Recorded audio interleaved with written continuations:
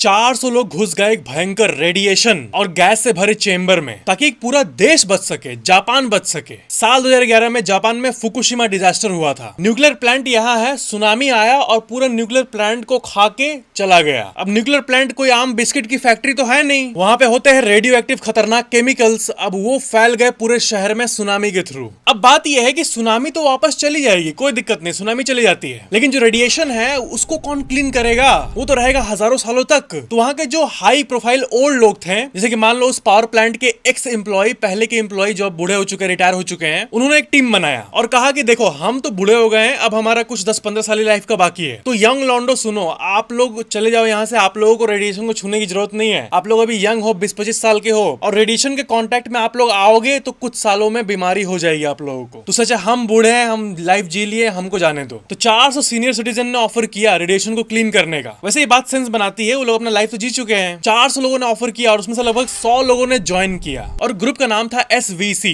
Skilled veteran corps. सारा radiation वगैरह अपने रिस्क पे क्लीन कर दिया और जापान को सेफ बना दिया। आपको एक फैक्ट पे यकीन नहीं होगा भाई, इसी फुकुशिमा डिजास्टर को देख के जर्मनी देश जो है वो सारे न्यूक्लियर प्लांट और सारे न्यूक्लियर चीज को अपने देश से हटा दिया। और फुकुशिमा डिजास्टर को देख के ही जर्मनी ने ये डिसीजन लिया। ये देखो रेफरेंस, देखो समुद्र के किनारे अगर पावर प्लांट है, सुनामी आया भयंकर, पूरे शहर में रेडिएशन फैला दिया, ऐसा घटना तो हो सकता है। इसलिए जर्मनी ने कहा कि भाड़ में गया टेक्नोलॉजी, नहीं चाहिए हमें न्यूक्लियर पावर, हम विंड से और कोयले से ही बिजली बनाएंगे अपने देश के लिए, लेकिन न्यूक्लियर नहीं इंस्टॉल करेंगे। और अप्रैल 2023 के बाद सारे न्यूक्लियर पावर प्लांट को क्लीन कर दिया गया, यानी नॉर्मल बिल्डिंग बना दिया गया। उसके अंदर का सारा रेडिएशन वाला केमिकल वगैरह सब कुछ को देश के बाहर बेच दिया गया। वैसे एक बात बता दूं, जहाँ पे फुकुशिमा प्लांट है जापान वाला, जहाँ पे डिजास्टर हुआ था, वो 2051 तक क्लीन होगा। वो क्लीन नहीं हुआ है, बस काम चलाओ क्लीन कर दिया था उन बूढ़े लोगों ने, लेकिन एक्चुअल में फुल्ली क्लीन होने में उसको 2051 लगेगा। और आप देख सकते हो कि 2050 तक का क्लीनिंग प्लान को बना दिया गया है। उसके बाद ही वो जगह फिर से यूज करने के लिए सेफ होगी। भाई इंडिया में भी लेकिन साउथ में न्यूक्लियर प्लांट्स है जो कि समुद्र के पास है। न्यूक्लियर प्लांट्स को सुनामी का रिस्क देख के ही बनाना चाहिए भाई, उतना स्ट्रेंथ उसको देना चाहिए कि सुनामी से वो बिल्डिंग टूटे ना। लाइक सब्सक्राइब जरूर करना।